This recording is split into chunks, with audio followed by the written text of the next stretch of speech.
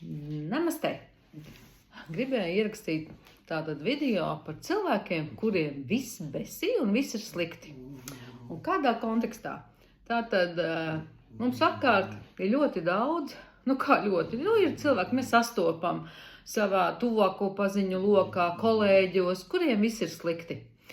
Slikta valdība, slikts vīrs, slikta sieva, nepateicīgi bērni un 101 savs sliktums, kas viņiem ir.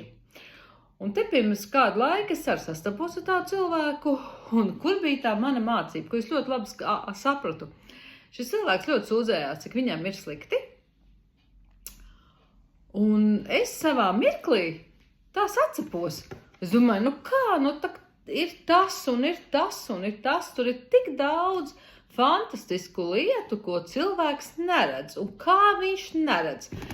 Pie visas manas pieredzes es savā veidā nevis sacepos, bet es sanāku ar savu enerģiju, ar to, kā es klausījos, pēc tam es par to domāju, kā cilvēks neredz to, kas viņam tik daudz fantastisku lietu ir, bet viņš viņu neredz. Un sanāk es, kā būtne, kā enerģija, kas ir tādā ķermenī, kā jūs mani redzat.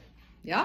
Tātad es ar savām domām, domājot par šo cilvēku, kā viņš tā visu neredz un kā, lai viņam, tur nevar paskaidrot pat kā, lai viņš ierauga to, kas viņam ir tiešām fantastisks. Domāju par viņu un sanāk ļoti vienkārši. Es ar savu enerģijas lauku saskāros ar šo cilvēku enerģijas lauku.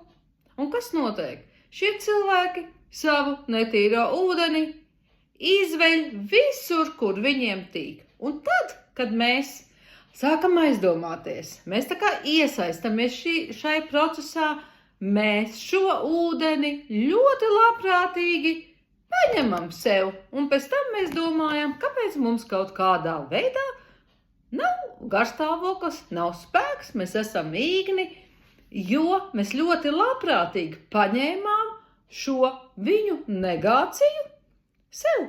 Un it kā ļoti parasta lieta.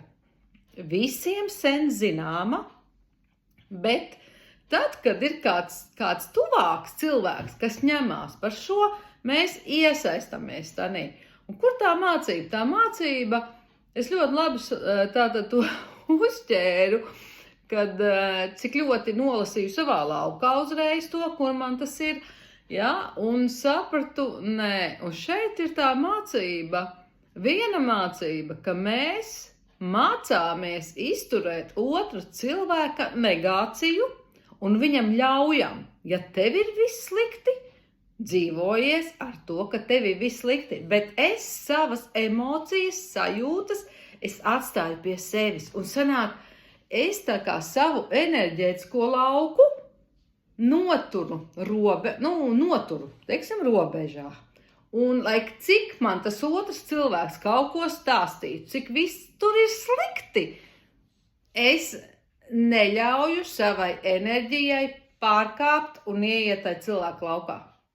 Un tad sanāk, kad viens ir izturēt to, kad, piemēram, kādam tuvākam vai vienalga tur kolēģiem, kas tev tā kā ir tuvāks, ja? Ļaut būt viņam, viņa enerģijās. Tā ir viņa izvēle piedzīvot, cik viss ir slikti un nevar pārmest, jo cilvēks tajā mirklī, viņš taču tā arī jūtās. Viņš stāsta par to, kā viņš jūtās, kas viņam ir, un tas ir tas īstenībā, manuprāt, grūtākais, kad tu redzi tās emocijas, un tev viņas tā kā vienkārši jāizlaiž cauri un jāļauj, tā tu jūties, un tas ir tavs. Kā saku, sen zināmas lietas, bet citreiz ikdienā, kad mēs tā kā neizsakojam un ļoti tā kā metamies, un kad kaut kādā ziņā mēs zaudējam savu apzinātību, modrību, ļaujam prāta dabai dominēt par mums, jo prātai daba taču uzreiz, viņa atrod jautājumu, viņa atrod ko pateikt, kur pateikt, viņa to enerģiju tavu iznes. Ja tu vēl neesi tā kā padomājis, tad tev jau šeit ir 110 ieteikumi, kā tur ir jārīkojās. Un, kā teicu, tas ir tas, kas mums māca vienkārši izturēt tā otra cilvēka negācijas, neuzņemot viņas sev. Un otrais, ka mēs ļaujam šim cilvēkam būt. Mēs pieņemam bez nosodījuma, ja viņš jūtās šādi. Mēs nevēlamies sevi paaugstināt, bet es taču nejūtos, redz, cik es esmu labs, redz, kāds viņš nenovērtē dzīvi, es novērtēju. Ja? Tātad šī situācija mums ļauj izsakot, vai mums nav lepnība šai ziņā, ka es taču esmu labāks par to otru. Un otrs, tas iemāca cienīt šo cilvēku, pieņemt, cienīt, ja viņš ir tādā pozīcijā, ja viņam ir tiesības dusmoties uz valdību, uz sievu, ja, jo viņš no viņiem kaut ko nedabū un to, kas viņam trūkst, jo ko tad mēs no tiem citiem cilvēkiem vēlamies? Liela daļa vēlas to, kas nav viņos, viņi caur to cilvēku grib dabūt sev kaut ko kā plāksteri. Tad, kad tu esi savā veselumā, tev būtībā no apkārtējiem nav kaut kāda pieprasīšana, kas man ir vajadzīgs, jo tu esi veselumā, tev nav iztrūkstošo daļu vai kādas ir, bet tu par viņām zini, tu nepieprasi to, tu vienkārši strādā ar sevi. Ja? Un šī situācija ļoti labi parādīja, cik, piemēram, cik es varu nokontrolēt, cik es kaut kur tā kā atlaižu rožas un ieeju tanī, kā saka, bita voja prostranstva, kur ir ojojoj, ja? Un tad tu tā kā spēj redz kā. Jo īstenībā, kas tad mums ir? Mums ir grūti izturēt tad, kad mūsu tuvākiem ir slikti vai viņi ir slimi, bet jāatcerās, ka tā ir viņu pašu izvēle būt negācijās, un varbūt viņu dvēselē tas ir jāpiedzīvo, un tas viss ir pareizi, un varbūt viņš atnāk tev kā tāds atgādinājums, paskaties, kā tu pavedies uz šo, un zaudēja savu iekšējo modrību un zaudēja uz mirkli savu apzinātību, jo tā kā saskāries ar viņa enerģētisko lauku un tā lavīna aizgāja. Tas bija super, ja, ka mēs nedusmējamies. Paldies, tu man parādīji, kad man ir tā kā jāpiedomā par savu apzinātību un nav viņa jāaizmirst ikdienā.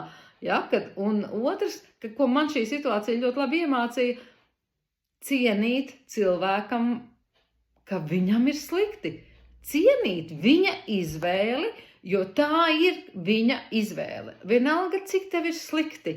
Vienalga, ja? Bet ja viņš neredz to, kas viņam ir apkārt, tā taču ir viņa izvēle. Jo ja viņš izvēlās sev palīdzēt un kaut ko dzīvē mainīt, tad viņš spēr soli un dara. Viņš lūdz palīdzību, viņš lasa grāmatas, bet ja viņa izvēle ir sēdēt šinīs, teiksim, mēslos sevis radītos, tad otram ir pieņemšana.